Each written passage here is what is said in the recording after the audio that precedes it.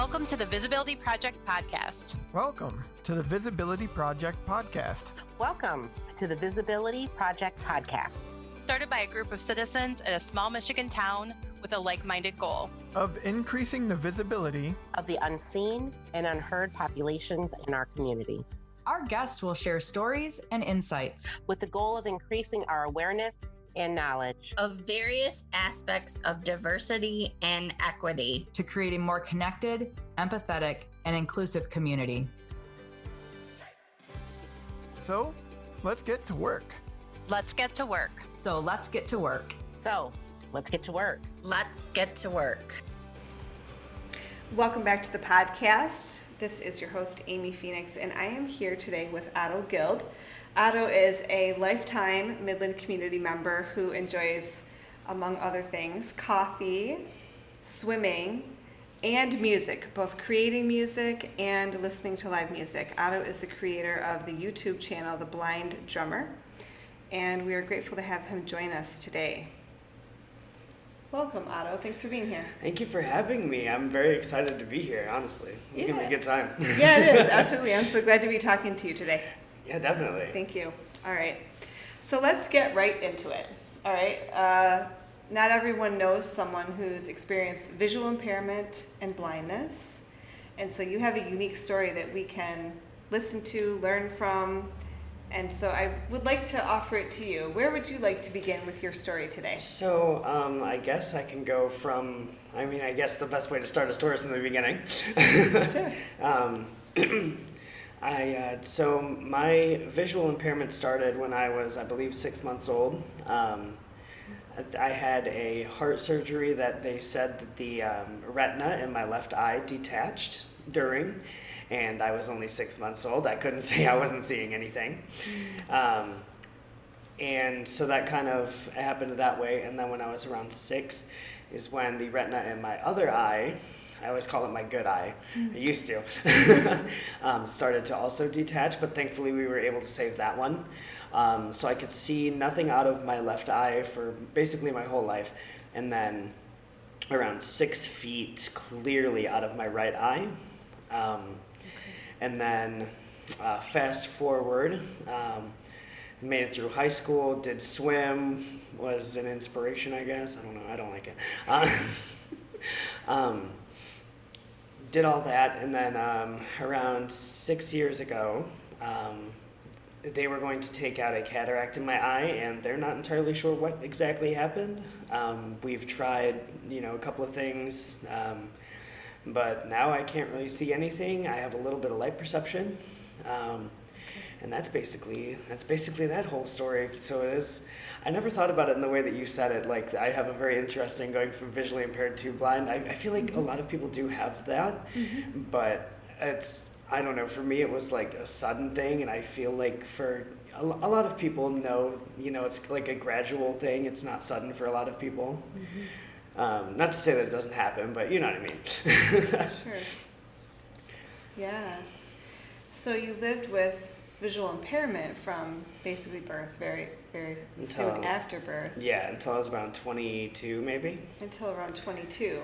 That is a sudden adjustment to your life and the way you operate, I'm sure. Yeah, the joke I always make is I had to relearn how to do everything 3 separate times. I mean, it's not really a joke, but yeah.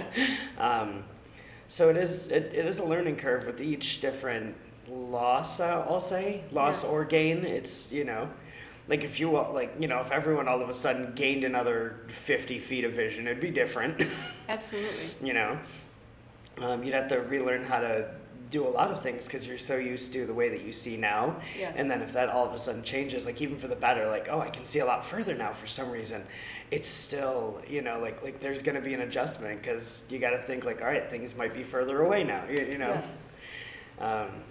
So I feel like even for a positive, you got to work at it. And with a negative, you obviously, I live independently. I do all my own grocery shopping and all my own meal prep and all that fun stuff. So it's possible. It's just you have to adapt and overcome and figure out how you're going to make all that stuff work out. Yeah. Like I have Braille everywhere in my house. Whenever I have somebody come over, they're like, "Why is there bumps on the microwave?" And I'll be like, "Oh, right. I gotta explain to you how life works for me." Absolutely. So would you be open to sharing more of how life works, how you accommodate for being blind now? Yeah. So basically, like I was saying, is like there's Braille all over my house. I actually found a really cool thing. So I used to do, what is it called now? It's Everybody Counts in elementary schools. Do you know that?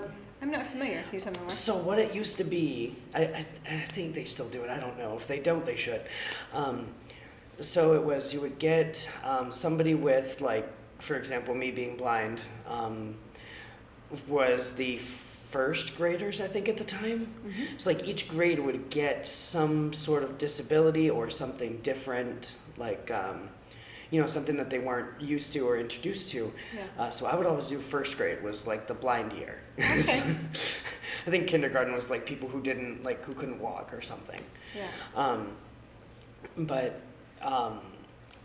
They actually introduced me to a piece of blind technology that I had no idea of. So I used to do the, whenever I'm pouring liquids of any sort, like water, anything like that, I would always put my finger over the rim of the cup and feel when the liquid reached my finger, it was full. They introduced me to a thing that you put in the top of the cup and it'll beep at you when the water's there. And I'm like, that is so much more convenient. And I'm not burning myself with coffee all the time. Exactly. It's just kind of funny though, like, they were like, Otto, can you teach us? I'm like, you taught me? I don't know what's happening. But I used to do that all the time, and I would give out like Braille bookmarks. I would try to, if I could get like the kids' names before I went in, I'd like Braille them all out so they could have their name in Braille. Yeah. But it's a lot of just like, you like I said, you can do all the same things. It's just how are you going to adapt them to where it works for you? Like I said, Braille. The dial-a-ride's really helpful of getting places. My phone and my watch and everything all talk to me. I forget to turn on lights for people, but other than that, I always forget that sighted people need lights, and so my friends will come in and they'll be like, Otto, it's dark in here. Oh, right, I got it. Which is very funny, actually, sometimes. So help yourself to the lights when you need them. Yeah, I always do say that whenever someone comes in. I'm like, turn on the lights. I forget. Yeah. Like I just know you need them, but I don't know where you want them, which rooms you're gonna be in. Sure. But whereas other simple things, well, not simple things, like food-wise, it's just a matter of memorizing times, and there's a beautiful app called Be My Eyes that will yeah, you've heard of it? Yeah, tell us more about it though. Yeah, so what it is an app that will connect you to a live volunteer if you are blind, and they will be able to see through your phone camera and see like if you had to read something, or like if there were directions on a box that you couldn't find somewhere they could read them to you. I use them a lot to pick out clothes if I'm like going to like a job interview or something like that. I'll always call them and be like, does this match? And they'll be like, no. And I'll be like, right. That's super helpful. I'm so glad somebody created that app. Yeah, it's really nice. The funny thing is they have way more volunteers than visually impaired people. So I've got people who have volunteered because they thought it was super cool, like when I was telling them about it, and like a couple of my friends actually were like, I'm gonna go sign up right now. And they've been waiting for like 9 months and still haven't gotten a call, just because there's so many volunteers comparatively to visually impaired people who need help, which is amazing. That is amazing, and that's not across the board in terms of volunteerism and availability and capacity. So I'm grateful that is the way that it is right now. Mm-hmm. I really like the fact of when I'm like awake at 2 a.m. and I remember I got to do something the next day, that I can call, and I don't feel bad about waking somebody up, because I doubt out that they're going to be, obviously it's a volunteer base, so you can Exactly. ignore the call. Exactly. So I don't feel as bad. Yeah, no need to feel bad. I actually have that app on my phone. I think I only got one call after a few months, but Yep. I wasn't available at the time, so I'll have to give it, You I'll gotta give give it it a another try chance, again yeah. when it comes to It's yeah. it's Yeah. so helpful. It's ridiculously helpful. That's awesome. There's a lot of cool apps like that I've used over the years. Like Seeing AI is another one. Mm-hmm. So that one's not a live person. That is a AI program that will read. I think it does. What does it do? It does long and short documents. Okay. Like it can read. If you really had the patience for it, it could read you a book. Mm-hmm. I don't have the patience for that. I would just get my book in Braille. Okay. Kudos to those who do have the patience, not me. It'll read you bills, it'll say colors. I actually have a pair of glasses with that on them. And on the glasses, there's actually a mood identifier. So like if I had a picture of somebody, it would tell me if they're smiling or frowning or whatever. Oh. It does its best for that. The thing I use that one for is if the lights are on, because my friends will leave the lights on, and then I don't know that they're on. So I have to go around with that and be like, all right, the lights are on and off, and Yeah, absolutely. which is super nice. Yeah, so you don't have them on any longer than you need them. Yeah, on. exactly. That makes good sense. Yeah. Because Okay. even though I have that little bit of light perception, it's not reliable enough to be like, oh, these lights are on or not. Yes. You Okay. know. Is it, when you talk about the light perception, is it more outdoors that you can see it more A little with the bit more, sun? Or yeah. does it depend? It kind of makes everything a little bit brighter. It doesn't clear it up, but it just makes it brighter. Okay. So like depending on how my eye's doing and the day and if Mercury's in retrograde and the moon's on a 40-degree tilt, it'll work. So when I know that this is different for each person who's experiencing visual impairment or blindness. Well, often I think a sighted person might often think, oh, you have some light perception. That must mean it's closer to sight. Yeah. Can you describe, because you do have that difference of visual impairment versus blindness. Can you describe the difference and what that means to you when you say I have light perception? Like, what does that mean in terms of being able to see? The best way I can describe it, and I actually just thought of this, I'm kind of proud, not gonna lie. Yeah.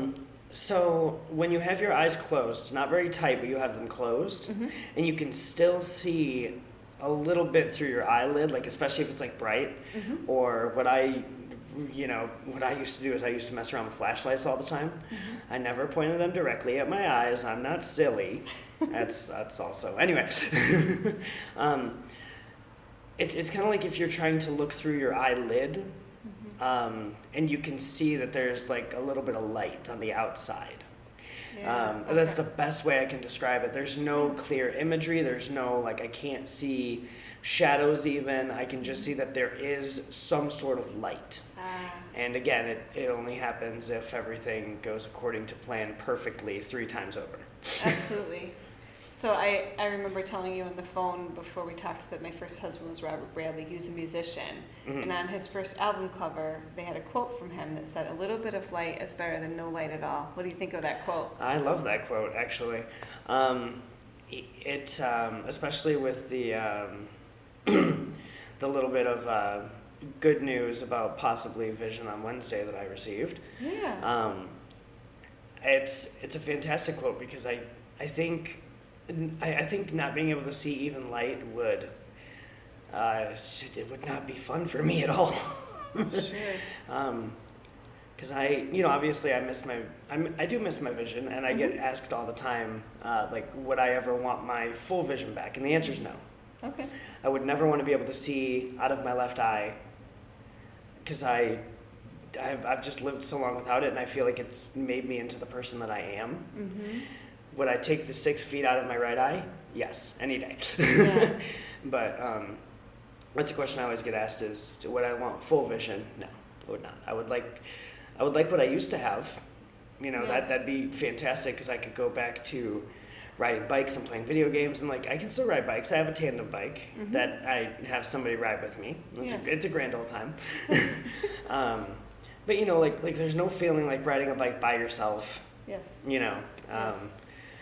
and those are just things that I don't experience anymore just because I can't just, go do that. Like, I can go for walks and stuff. That's not it. You know what I mean? And there are a lot of people, blind people that are better than me that are like, you can ride a bike. And I'm like, you can. I don't have that confidence. Sure. But I did have a friend who was blind and she rode her bike and I was like, that is absolutely terrifying. She's like, well, I didn't go far. I'm like, still, I don't. She was like, it probably wasn't my best plan. I was like, no, probably not. Right, unless it's you, maybe you could do it in a place where there's No, nothing in your right, way, exactly. so they could kind of clear it for you, and say, Right. hey, watch for that 20 feet ahead or Yeah, something. exactly. And I was like, and I think she can actually see a little bit more than me too. So like that might help out, but Sure. I can never do it. But it's like all those kinds of things are like I miss them, but again, I feel like even losing my vision when I did, it also made me into like I probably would have never gone to Northwood. I would have probably never, I definitely wouldn't have the friends that I do now. Yes. I definitely would not be the same person, and I like who I am.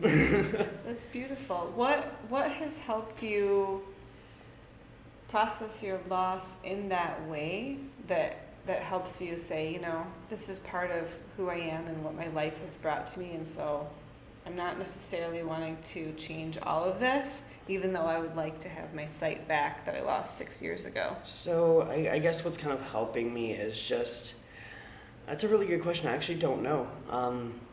It's just kind of I've always just had a very positive outlook. Mm-hmm. Like no matter what's happened to me, I'm always like, all right, well, that's the hand you're dealt. Let's get back on that horse and keep going. Yeah. Like life's gonna happen. It's gonna knock you down, and it's are you gonna choose to stay down or get up and trek on and enjoy the good things? Yeah. Mm-hmm.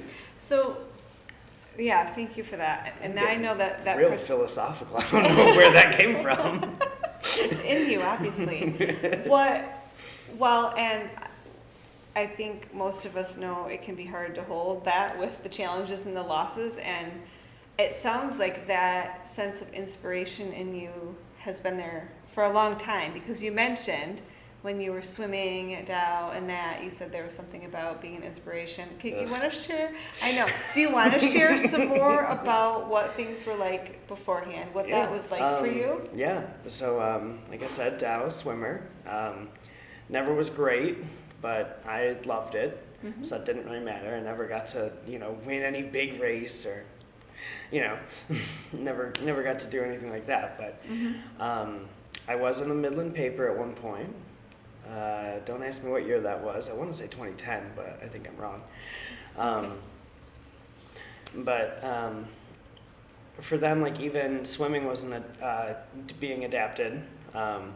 So for completely blind swimmers, there is a thing, because obviously the Paralympics, Special Olympics, all that stuff.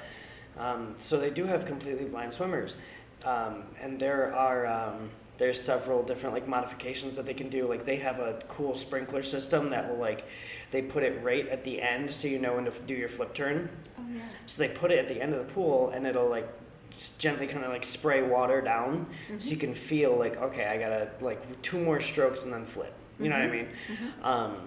They also have a ball at the end of a stick, which is very funny to me, just because there's nothing better that you could have, but at the same time, can't you think of something better? You know what I mean? It's literally just like a tennis ball on the end of a longer stick, and you just tap the person, which is amazing, and it's very helpful, and I don't mean to laugh at it, but it's just there's not something better, but there's got to be something better. But it was a lot of that. Thankfully, I could still see at the time, so I didn't need those. Would they have been nice? Probably. Mm-hmm. But for me, I just tried to focus on all the pools have that black line at the bottom. Yeah. Whenever I get to the end of that black line, I have 1 more stroke, and then I can do my flip turn. Okay. So it's a lot of that kind of stuff. Just learning how to do it. Thankfully, there's a sports camp for the blind and visually impaired Kalamazoo. Yes, Kalamazoo Western. Okay. It's a lot of fun. I learned a lot about blindness and myself and my limits, and I got a full PE credit for a year for going. Wow. There you go. They cram, they like to say they cram a year's worth of PE into 4 days, which they are not joking. Oh, wow. You are up at 7, you go to bed at like 9:30 or 10, and you are doing sports all day. Wow. Like, if you're not doing sports at all times, you're not doing it right. Like I did judo, I did wrestling, I did goalball, I did swimming, track. You know, like they cram a lot into that 4 days, but it's a fun 4 days. Yes. And that's where I learned my love of goalball is a fantastic thing, which I tried to start around here, and it just kind of died out. And I want to bring it back at some point if I ever have time. Yeah. Because anybody can play goalball. So goalball, for those of you who don't know, is it is a sport played by blind and visually impaired people, specifically made for blind and visually impaired people. It is a basketball court, or it might be a half basketball court, one of the two. It's a basketball court size of something. And there is a ball about the size of a basketball with bells inside, and you roll the ball as hard as you can at the other team, and then they have to lay down on the ground to block it. Oh. It's very painful. It's very fun. I like to say it's like if dodgeball and soccer got together. Oh, wow. Okay. Where the dodging doesn't really matter because you have to block it. But anybody can play it because one of the main standing rules of goalball is you have to wear a blindfold. Because I can see more than some people, and some people can see more than me, and that just makes the game unfair. And so no matter your visual acuity, no matter anything, you have to have a blindfold on. And they are very passionate about that rule. Like, even if you, like, I reached up and touched my eye shades, and they were like, nope, out. And I'm like, what? Big focus on keeping it fair for Yes, everyone. yep, which is fantastic. That's honestly why I love goalball. It's like, it's so... And like anybody can play it. Like I've played it with family before, who have who all of them can see, and they had a blast. Like they had so much fun. Oh.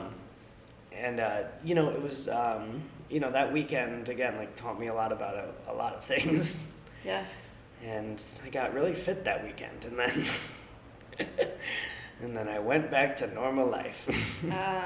So having some ways to connect in community around these types of activities could be really helpful, it sounds like. Yeah, definitely. Like I said, I used to have the goalball at the community center, and then around 2020, around the pandemic, it just kind of went to the wayside, like a lot of things did. Yeah, yes. And then I just kind of never brought it back. I have all the stuff for it. It's just a matter of getting people who would like to come out and be a part of it. And, like we're not competing or anything. It's just something fun to do. Yes. And, like there's blind and visually impaired kids that I know in Bay City, and there's, I think, one in Saginaw, and I think there's a couple more here. That it's just, it's fun to kind of like, have a bunch of people at least like learn and, like see what it is. Yes, absolutely. That would be wonderful. I look forward to hearing more once you get it going again. Yeah, hopefully I can. Yeah, that's good. So I have some other questions related to your love of music and creating music. Yes, so this is something I can talk about. Yeah. How did you get into drumming? So my family has always been very supportive of anything that I want to do. And I believe when I was 8, my aunt took me to my first drum lesson ever, because I always just had like a natural rhythm, I guess, is what everyone always told me. And I was like, I don't know what that means. Tap, tap, tap, tap, tap. But she took me to a drum lesson, and I couldn't even tell you the guy's name now. But after my drum lesson, it was the first one, and I don't really remember much about it nowadays. Yeah. But apparently afterwards, I've been told that he said, do not let him give this up. No matter what he does in life, do not let him give it up. Okay. And I've stuck with it. I've been playing for almost 21 years now. Okay. I've improved leaps and bounds. I have my YouTube channel. I'm writing music. I play with a couple of bands around town. I have people ask me to fill in for things. That's how I got into drumming, and then guitar and everything. I've always wanted to learn. Next thing I want to learn is violin. I'd love to learn the violin. Oh, so pretty. Yes. But that's basically my music stories. I just got into it, and I never looked back. I never stopped. Yes. Like from that first, because I believe the first song I ever learned, and there's an internal debate with me forever on what the first song I actually learned was. Mm-hmm. It's either Have You Ever Seen, or Who Will Stop the Rain, or no, it's Have You Ever Seen the Rain by Creedence Clearwater, or it was Smoke on the Water, Deep Purple. There we go. Oh, yes. So I think it's the CCR song, but then like I second guess myself. I'm like, wait, or did I learn Deep Purple first? But no, like after I started, I learned. The drum teacher at the time put together a little band. He had 2 guitarists, other students, and a keyboard player, and he would play bass. And I learned the joy of playing with people. And which unfortunately I don't get to do as much anymore. I'm kind of looking for, like I said, like I sometimes will play, like I'll go out and do stuff. I played 2 shows just a few weeks ago. But it's a lot of fun. Like I've never stopped, and I know I have a passion for it. It's one of the main things, I love music, and I love the feeling that it gives people when they listen to it, and I love being able to create that happiness for even just a little bit for somebody. Yes, that's awesome. So I went to, So beautiful. I was kind of telling you, I went to Matchbox 20 last week, as this is being recorded last week. Like just the crowd and like the emotion that you get is amazing. And I wasn't even on stage, and I was so happy, and like I got it, Yes. I know that's what I want to do. Can I do that? I don't know, maybe not, I don't know. But, if my dream job, if I could be doing music full time, I would take it in a heartbeat. Wow, yeah. Well, there you go. And just, it's such a beautiful thing, music. It can convey any emotion you want. Yes. Like, I'm a huge metalhead, and I love metal, rock, all that stuff. And a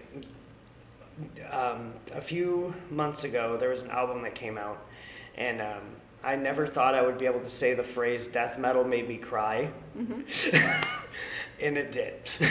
Oh, really? And so now I can't say that death metal made me cry and be lying about it, because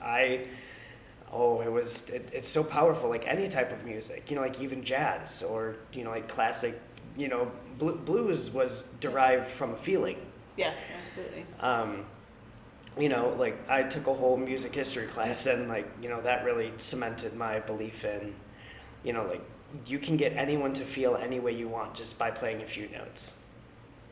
Music definitely impacts our emotions. Yeah. And we express them through music so much too. Yeah, exactly. Yeah. It's a fantastic thing. Definitely. How do you feel music has impacted your transition as your vision has changed? Ooh, that's a fun question that I've never actually thought of before. I'll say it's always been there, because with music you can thankfully you don't need to see to play. That's been proven time and time again by so many big artists. So thankfully, because like I was saying before, kind of doubling back to like I can't do some of the things that I used to be able to do. Music has always been the thing I can do. Like no matter what happens in life, or like if my vision's there, my vision's not there, I can always count on being able to still play my instruments and be able to, escape for that little bit. Drumming is obviously my big one. I play guitar and bass and stuff too. But, you know, drumming is, you know, like that's kind of my escape. And it's, you know, it's amazing that an instrument, just some pieces of metal and, you know, and some wooden sticks can, you know, do that for somebody. Yes, definitely. It's so core to the human experience. Yeah, it's and it's so universal for all of us to connect with music. Yeah, it's always been there, and like I've made such good friends through music. Like one of my best friends ever, he's out in LA. He has a degree, I want to say it's in music, like music scoring or something. I'm incorrect. I know I'm wrong. And he's going to tell me all about it too. But he's out in LA, and he gets to do a lot of music for movies and TV shows and stuff. And if he's not writing it, he gets to at least meet the people that are doing it. Yeah. And that is so cool to just like, you know, music has always been something that's, and we're best friends. Like we met when we did, I was in Charlotte's Web at Center for the Arts a long time ago, like fourth grade time ago. Yeah. I think that might have been right after I started playing drums. Okay. But we met, and during that we both discovered like, oh, I'm a drummer, and he plays the piano, and so we're just like, oh, that's so cool, you know. Yeah. Initially, we did not like each other. It was very funny because I wanted the part that he ended up getting in the show, and I did not like him for like I think 2 or 3 weeks, and now we're best friends, and it doesn't matter where either one of us are in the world, and we'll call all the time and like make sure the other one's good and discuss music for hours. Like I think we talked about one song I think for 45 minutes a couple weeks ago. Yeah. It's an 8-minute long song, but still, it shouldn't warrant 45 minutes of discussion. Connecting with friends and supportive people is such a gift for us. Yeah. So I'm wondering too about how this has all impacted you and your family. You know, the vision changes. I want to ask a couple more questions about that. How's that been for your family and your interactions with your family over the years? So thankfully, it hasn't changed too much. Like I said, my family is all supporting of anything I want to do and attempt to do. My mom has been the most fantastic woman in the entire world. She has taken me to camps and sports camps and anything that she can get her hands on to try to make my life easier, she has done. I love to tell the story of, there was a weekend we went to, I want to say it was Camp T. I want to say it's like Tasha Mahita, but everyone in the blind community just calls it Camp T.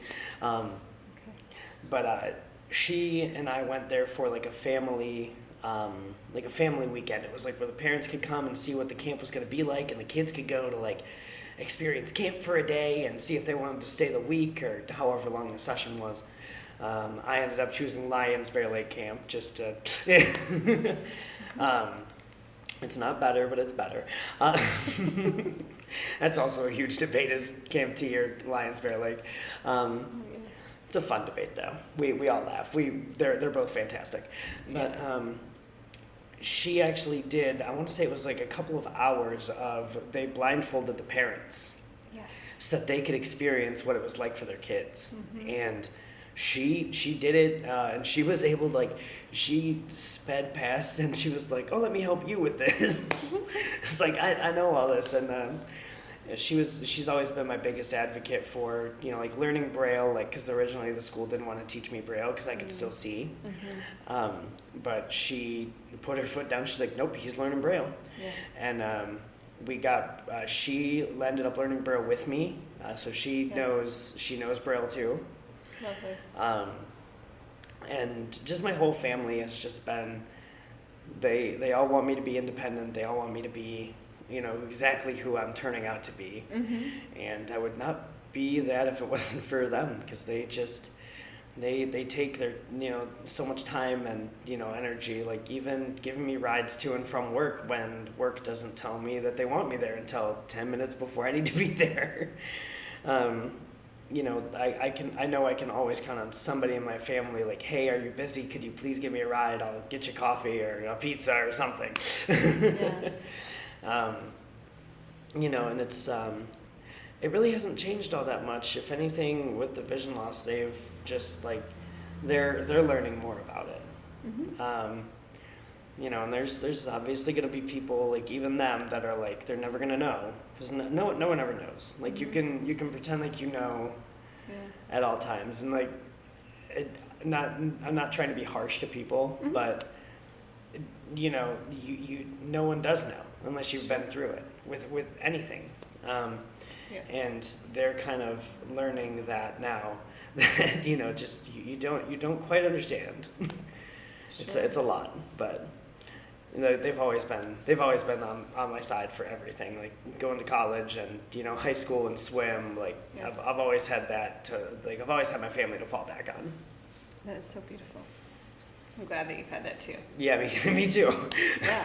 If I didn't, oh man.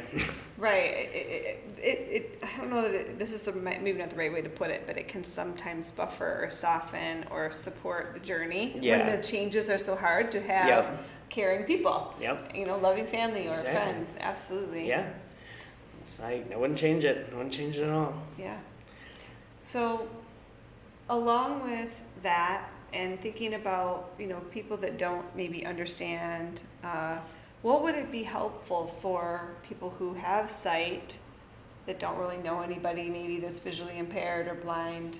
What would it be helpful for them to understand or just to consider if they maybe meet someone or they see someone who is obviously dealing with a visual impairment or blindness? We are regular people. Yay!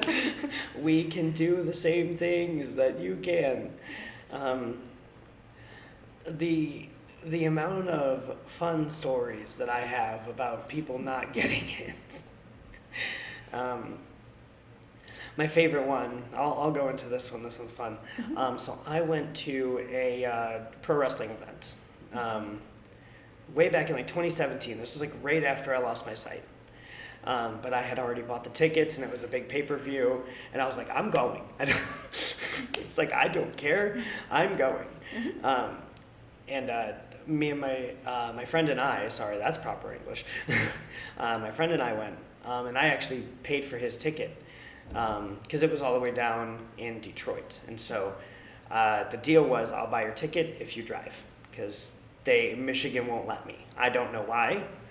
I don't get why they won't let me drive, but apparently it's not allowed. I don't know. Anyway, so the show gets done, and we're all on a high from oh, this was so much fun. We had a blast. And all of a sudden, this lady taps him on the shoulder, and she says, "You are so nice for bringing him out to this." Oh. And he looked at her and looked at me, and I was like, I started to smile because I was like, this will be fun. Because and then he just looks back and he's like, he brought me. And she didn't know quite what to say.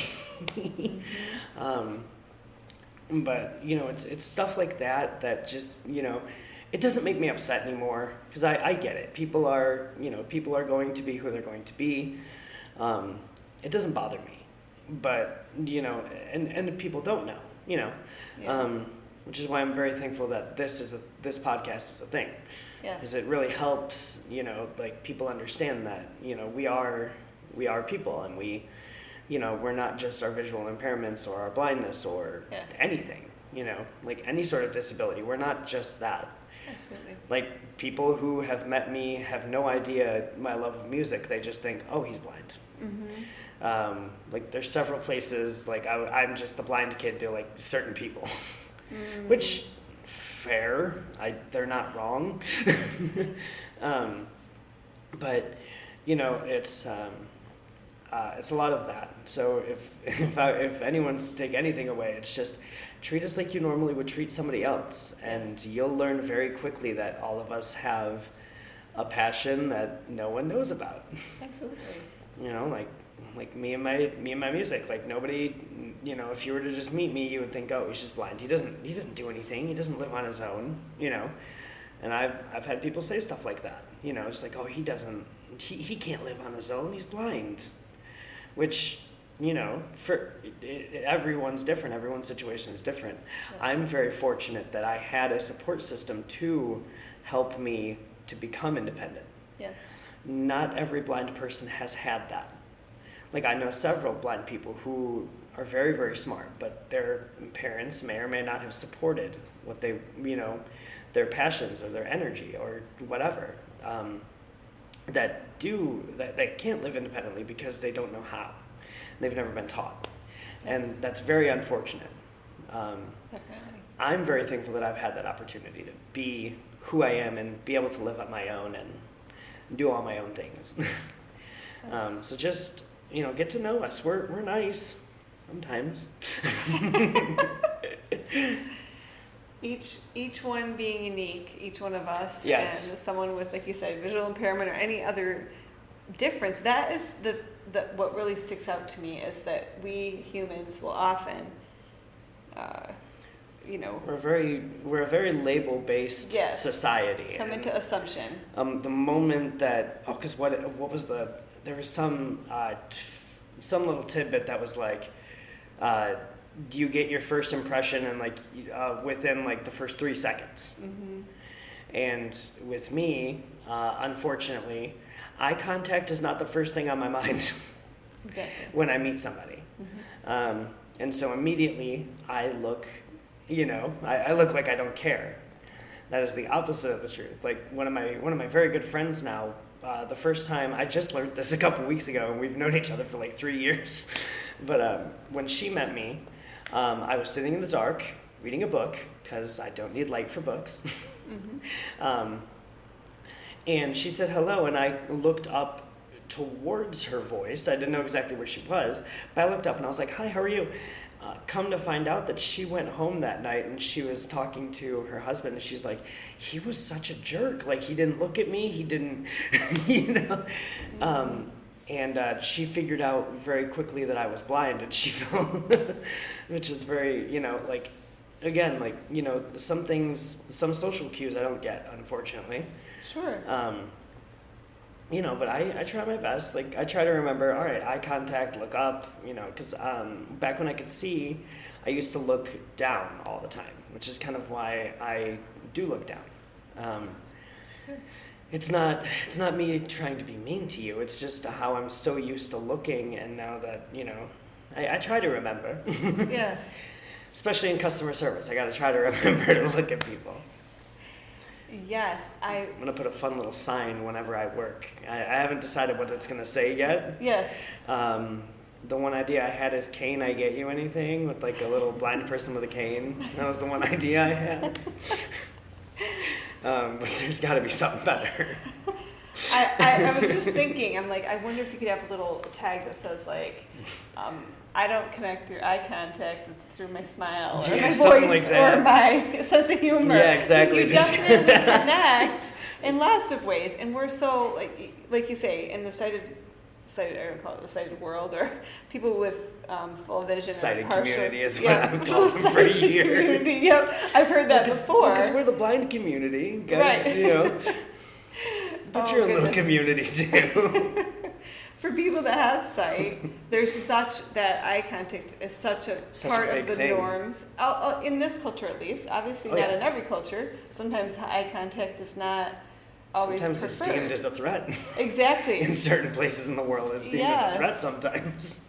Yeah. So it really is a key piece of this. I imagine that Yeah, I just you don't would get. be And helpful if people would understand. Yeah, and you know, again, like, it's not on them. You know, it's Sure. on things like this podcast and people like me to educate people to that. Yes. You know, like, just you know, even going like, you know, through like grocery stores and stuff like that. It's just, you know, I feel so bad because like I'll run into you and like my cane might hit you first, and like I'll feel so bad, like unbelievably bad, because I don't want to inconvenience your day. Oh, sure. But like I'll apologize, and most people are fine, fine with it. It's like no problem. But there are a couple of people who are like, watch where you're going, and I'm like, I can't do that. Right. You have to feel where you're going. Yeah. Yeah. But like in that kind of a vein, like walking downtown and like going to work and stuff, I've had parents try to explain what blindness is to a child, and I step in and I'm like, hey, can I tell them? Because I can tell them. And like a lot of people are very receptive of it, and like I teach the parents stuff too. Like all they know how to say is he can't see. And then then the kids like, what does that mean? Like you can't see? Like Right. How do you describe it? How do you describe it? How do you describe it to a I child? describe it. So it depends on the age of the kid.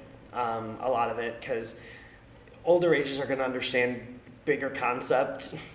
Like I've talked to a 4-year-old about it, and what I told them was, you know how when it's really dark outside and you cover up your eyes, that's what I see. And like just a very simplistic version of it.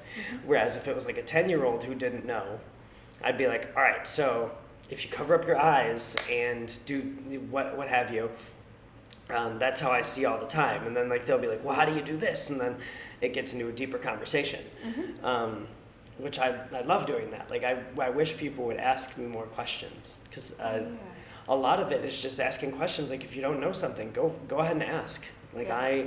I will tell you all day what it's like. It's a grand old time to let people know, like what's going on, and not just, oh, he can't see.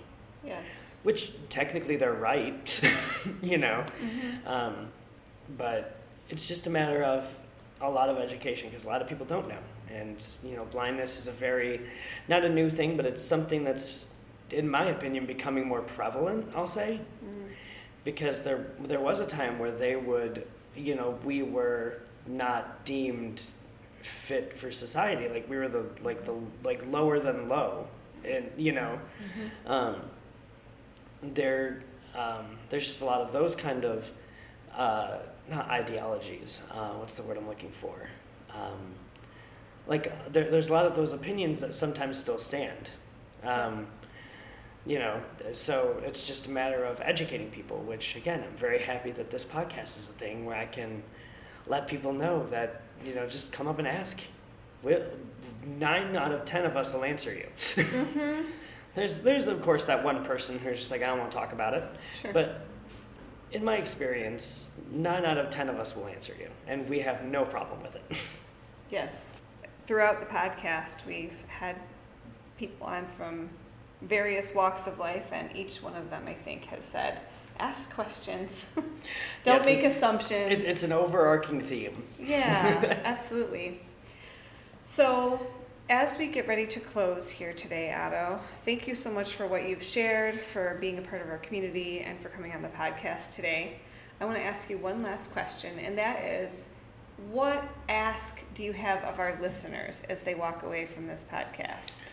Ooh, if it's not ask questions, because that I've already said.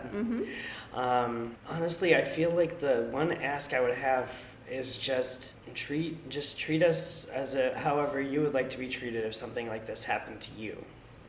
Because that is a big one, and it kind of arches back to literally the entire podcast of going through this isn't easy, but it's possible. Just don't make assumptions, ask questions. Just treat all blind people and visually impaired people how you would want to be treated, because we're regular people. It's not bad. We're not contagious. we won't bite you. But I feel like that's honestly it. It's just make sure that you ask questions, and it's not as scary as you think it is. All right. Well, thanks for helping those who are listening understand more, and for bringing your enthusiasm, your humor, and your willingness to educate and share your story so that it does. Thank you very much for having me. This is a fantastic thing. You are so welcome. Very excited. All right. Thank you. You can stay connected with the Visibility Project by subscribing, liking, and sharing on your favorite podcasting and social apps. look for us at the Visibility PRJ. Financial support is needed to keep the conversation going. Go to midlandfoundation.org/give and select the Cultural Awareness Coalition Endowment Fund to be part of the project. Note podcast in your donation notes. Thank you for listening. We see you. We hear you. And together, we are making a difference.